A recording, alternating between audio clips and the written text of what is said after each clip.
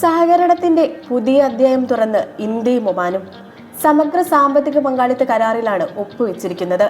Indian പ്രധാനമന്ത്രി നരേന്ദ്രമോദിയുടെ Oman സന്ദർശനത്തിന്റെ 2ാം ദിവസം സുൽത്താൻ ഹൈതം ബിൻ താരിഖുമായി നടന്ന കൂടിക്കാഴ്ചയിലാണ് സമഗ്ര സാമ്പത്തിക പങ്കാളിത്ത കരാർ പ്രഖ്യാപനം.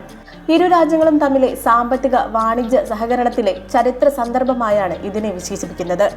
ഒമാൻ ഗവൺമെന്റും ഇന്ത്യ ഗവൺമെന്റും കൂടെ ചേർന്ന് ഈ ഫ്രീ ട്രേഡ് സൈൻ ചെയ്യാൻ പോകുന്നു എന്നൊക്കെ അറിയാൻ സാധിച്ചു. അതിൽ വളരെ സന്തോഷം. എന്തുകൊണ്ടാണ് അദ്ദേഹത്തിൻ്റെ വരവ് രണ്ട് രാജ്യക്കാർക്കും നല്ല ഒരു ഉണർവും അതനുസരിച്ച് നല്ല ഫ്യൂച്ചറും നൽകുമെന്നതിന് യാതൊരു സംശയമില്ല. ഇന്ത്യയും ഒമാനും തമ്മിലെ വ്യാപാരവും നിക്ഷേപവും വർദ്ധിപ്പിക്കുക, ദീർഘകാല പങ്കാളിത്തം ഉറപ്പുവരുത്തുക എന്നിവയാണ് സമഗ്ര സാമ്പത്തിക പങ്കാളിത്ത കരാറിലൂടെ സാധ്യമാവുക. ഇന്ത്യയിൽ നിന്ന് ഒമാനിലേക്ക് കയറ്റുമതി ചെയ്യുന്ന ഭൂരിഭാഗം ഉൽപ്പന്നങ്ങൾക്കും കസ്റ്റംസ് തീരുവ പൂർണ്ണമായും ഒഴിവാക്കുകയോ ഗണ്യമായി കുറയ്ക്കുകയോ ചെയ്യുമെന്നതാണ് കരാറിന്റെ സുപ്രധാന നേട്ടം.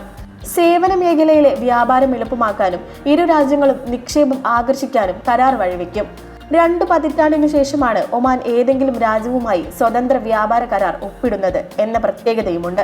ഇതിനിടെ പ്രധാനമന്ത്രി ഇന്ത്യൻ വിദ്യാർത്ഥികളും പ്രവാസികളും അടങ്ങുന്ന സമൂഹവുമായി കൂടിക്കാഴ്ച നടത്തി. മസ്കത്തിലെ ഒമാൻ എക്സിബിഷൻ ആൻഡ് കൺവെൻഷൻ സെന്ററിൽ നടന്ന കൂടിക്കാഴ്ചയിൽ 2000-ലേറെ പേർ പങ്കെടുത്തു.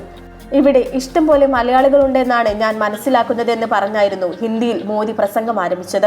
തുടർന്ന് സുഖമാണോ എന്ന് മലയാളത്തിൽ സദസ്സിനോട് ആരാഞ്ഞതോടെ സദസ്സിൽ നിന്ന് ആരവവും നിറഞ്ഞ കയ്യടിയും. വളരെ നല്ലൊരു സന്ദേശമാണ് പ്രധാനമന്ത്രി തന്നിട്ടുള്ളത്. കുട്ടികളെല്ലാം വളരെ എക്സൈറ്റഡ് ആയിരുന്നു. ഇതില് മലയാളികൾ മാത്രമല്ല, തമിഴരും തെലുങ്കരും കന്നഡിഗരും നിരവധി ഗുജറാത്തികളും അടക്കം ഇവിടെയുണ്ട്. മിനി ഇന്ത്യയെയാണ് ഞാൻ ഇവിടെ കാണുന്നതെന്നും പ്രധാനമന്ത്രി പറഞ്ഞു.